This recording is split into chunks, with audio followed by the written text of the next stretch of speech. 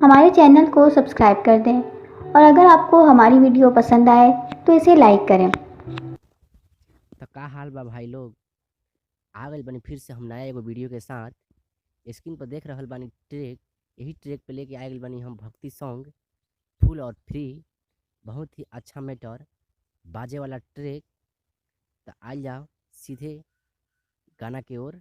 देखल जाओ गाना कैसन बा। अच्छा लगे तो एगो लाइक कर दी और चैनल के सब्सक्राइब कर दी। हमारे चैनल को सब्सक्राइब कर दें। तो स्क्रीन पर देख रहल बानी लोगन गाना। गाना के बोल बा कि हमके बता दे रे मालिन कौना दिशा में मैया रहेली। कौना दिशा में मैया रहेली। निक नहीं लागेला गेंदा के फूलवा माई के चरण नहीं चढ़ेला। हमके बता दे रे मालिन कौना दिशा में मैया रहेली। तो चलल जाओ डायरेक्ट डमी की ओर और देखिए हम डमी कैसन सुनाओ तनी। और कुछ चेंज कर देम लोगन एमे कि हमके बता दे रे मालिन कौन फूल मैया के भावेला। कैसे कि अच्छा रही अपन देख लेम लोगन। चल जाओ डायरेक्ट डोमी की ओर कि हमके बता दे रे मालिन कवन फूल मैया के भावेला। कवन फूल मैया के भावेला। निक नहीं लागेला गेंदा के फूलवा माई के चरण नहीं चढ़ेला। हमके बता दे रे मालिन कवन फूल मैया के भावेला। कि कवन फूल मैया के भावेला। तो ये बा मुखड़ा बहुत ही अच्छा बा। हमारे चैनल को सब्सक्राइब कर दें। तो आई जा फर्स्ट अंतरा में।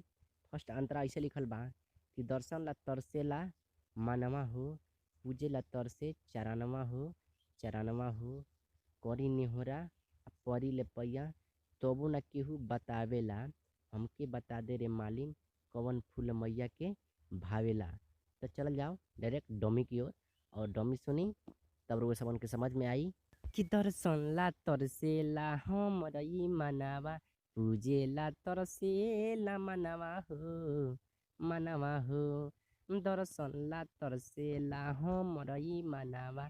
पूजेला तरसे चरणवा हो चरणवा हो कर करे नी होरा परतानी पैया। करिनी होरा परतानी पैया तबो न केहू बतावेला। हमके बता दे रे मालिन कवन फूल मैया के भावेला। कवन फूल मैया के भावेला। हमारे चैनल को सब्सक्राइब कर दें। सकेत नात्रा कुछ ऐसन बा कि नैना निहारेला उनकर सूरतिया। एक बार फिरती नजरिया हो नजारवा हो नजारवा हो। तेज न्यूज हम लिख दिए हैं बट सिंगर का नाम आप लोग डाल लीजिएगा। और गावेला राउरे भजनवा हो भजनवा हो। तो आई डायरेक्ट डमी की ओर और सुनल जाओ डमी कैसन बा कि नैना निहारेला उनकर सूरतिया। एक बार फिरती नजरवा हो ना जरवा हो। दो बार है कि नैना निहारेला उनकर सूरतिया। एक बार फिरती नजरिया हो न जरिया हो। तेज न्यूज चैनल पर दया बरसैती।